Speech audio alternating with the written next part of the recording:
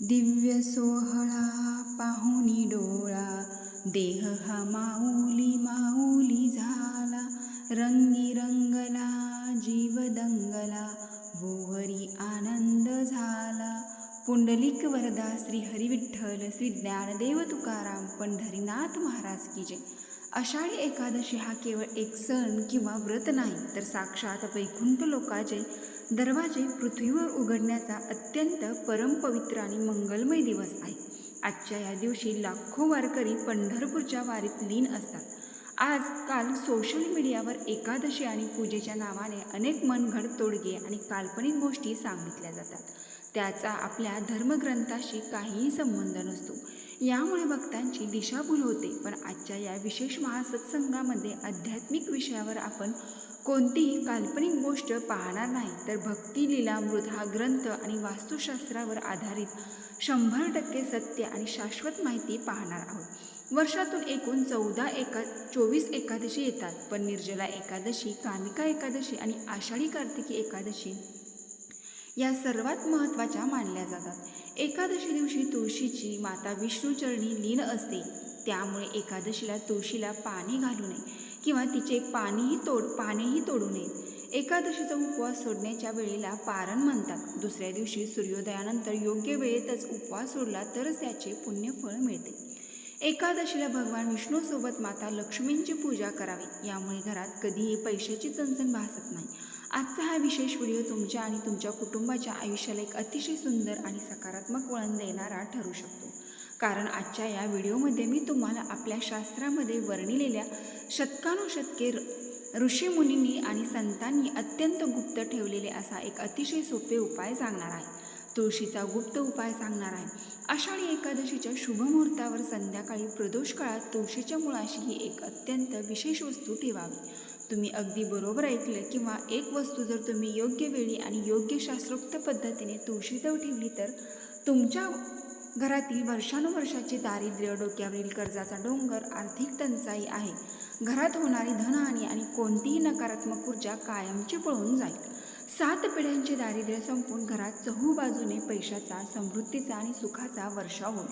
पण थांबा, ही वस्तू नेमकी कोणती आहे, ती कशी, कुठे आणि कोणत्या ठराविक मुहूर्तावर ठेवायची? चला तर मग बघूया. आषाढी एकादशीला देवशयनी एकादशी असे म्हणतात. या पवित्र दिवसापासून साक्षात भगवान हरी विष्णू 4 महिन्यासाठी क्षीरसागरात योग निद्रेमध्ये प्रवेश करतात. या 4 महिन्याच्या कालावधीला आपण चातुर्मास असे म्हणतो. म्हणून आषाढी एकादशीच्या दिवशी केलेले कोणतेही नामस्मरण, जप, दान किंवा तुळशीची सेवा ही सामान्य दिवसापेक्षा करोडपट अधिक फलदायी ठरते. आपले सनातन शास्त्र सांगते, यन मूले सर्व तीर्थांनी यन मध्ये सर्व देवता. म्हणजे ज्या तुळशीच्या मुळाशी सर्व तीर्थांचा वास असतो आणि जिथे साक्षात माता लक्ष्मी, भगवान श्रीहरी विष्णू विराजमान असतात, त्या तुळशीची एकादशी दिवशी सेवा करणे म्हणजे साक्षात भगवंताची सेवा करणे होय. परंतु तुम्हाला माहीत आहे का, आषाढी एकादशी दिवशी तुळशीमध्ये एक अत्यंत विशेष, दिव्य आणि सकारात्मक ऊर्जा कार्यरत असते. या दिवशी जर आपण तुळशीचे योग्य आणि शास्त्रोक्त पद्धतीने पूजा सेवा केली तर घरातील कोणतीही आर्थिक संकट, पैशाची अडचण किंवा वास्तुदोष दूर होऊ शकतात. आषाढी एकादशी दिवशी यातील करा काही उपाय. 1. आषाढी एकादशीला सकाळी अंघोळीच्या पाण्यात थोडेसे गंगाजल टाकून स्नान करावे. घरीच पवित्र नदीत स्नान केल्याचे पुण्यफळ प्राप्त होते. 2. विठ्ठलाची किंवा रुक्मिणींची मूर्ती असेल तर पंचामृताने किंवा सुवासिक पाण्याने अभिषेक करावा. 3. विठ्ठलाला तुळशी अत्यंत प्रिय आहे. या महिन्यात विठ्ठलाच्या फोटोला स्वतःच्या हाताने बनवलेली तुळशीची माळ आवर्जून अर्पण करावी. 4. आषाढ महिन्यात एकादशी दिवशी सकाळी घरच्या दारासमोर साधी का होईना रांगोळी काढून त्यावर हळदी कुंकू व्हावे. पंढरीत माऊलीचे स्वागत केल्यासारखे आहे. 5. वारीला जाता आले नाही तर चालेल. रोज सकाळी किंवा संध्याकाळी घरात 10 मिनिट एकत्र बसून पुंडलिक वरदा हरी विठ्ठल, श्री ज्ञानदेव तुकाराम हा गजर करावा. 6.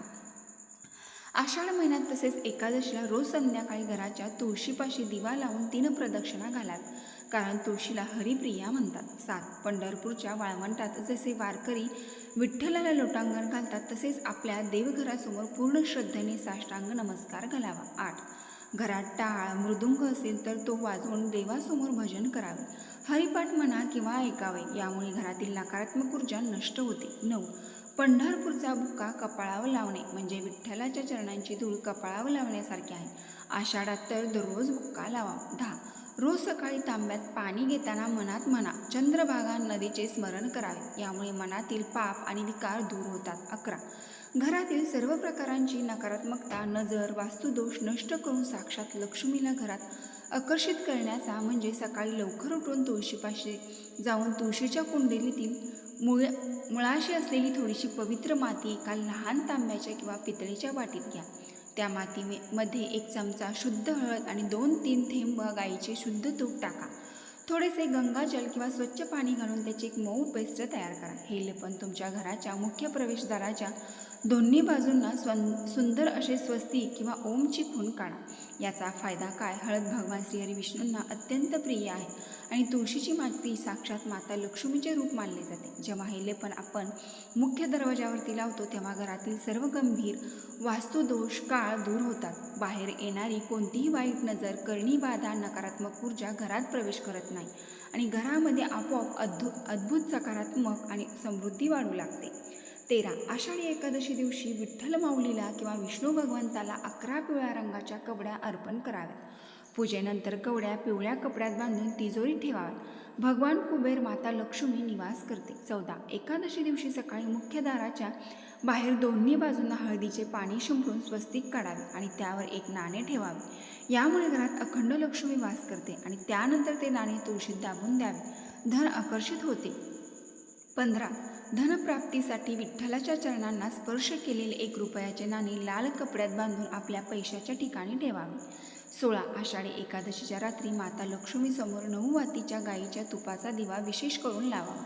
या दिव्यामुळे घरातील गरिबी दूर होते. 17. जर व्यवसायात सतत नुकसान होत असेल तर एकादशीला विठ्ठलाचा 7 सुक्या खारीक अर्पण कराव्यात आणि नंतर लाल कपड्यात बांधून दुकानाच्या गल्ल्यात ठेवाव्यात. एकादशीच्या दिवशी देवघरात 1 लहान वाटीत भीमसेनी कापूर आणि 2 लवंगा एकत्र ठेवाव्यात आणि संध्याकाळी त्या जाळाव्यात. त्याने घरातील धन आणि लोभ वाढतो. 18. वारीला जाता आले नाही तर आपल्या भागातील एखाद्या भुकेल्या व्यक्तीला किंवा वारकऱ्याला पोटभर जेवण द्यावे.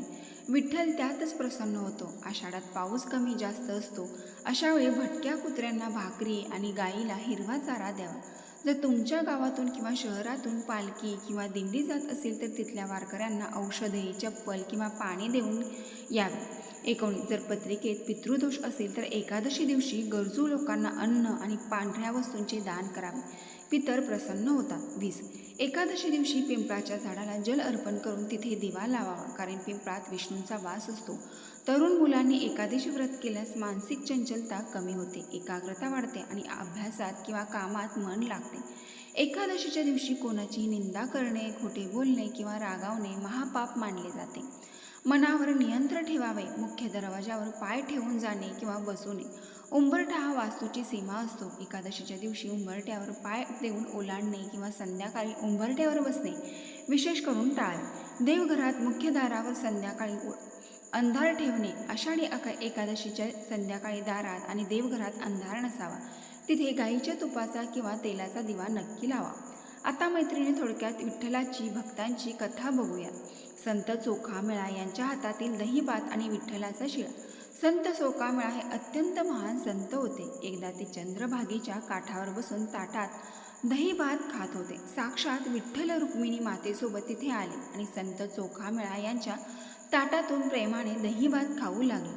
सहजच विठ्ठलाच्या वस्त्रावर दह्याचा डाग पडला आणि रुक्मिणी माता हसली. चोखामेळा यांना समजले की साक्षात ईश्वर माझ्यासोबत जेवत आहेत. तेव्हा देव भक्तांच्या प्रेमात पडतो. तेव्हा तो श्रीमंत किंवा गरिबी पाहत नाही. संत सखूबाईची कथा किंवा विठ्ठलाने घेतलेली सुवासिनीचे रूप.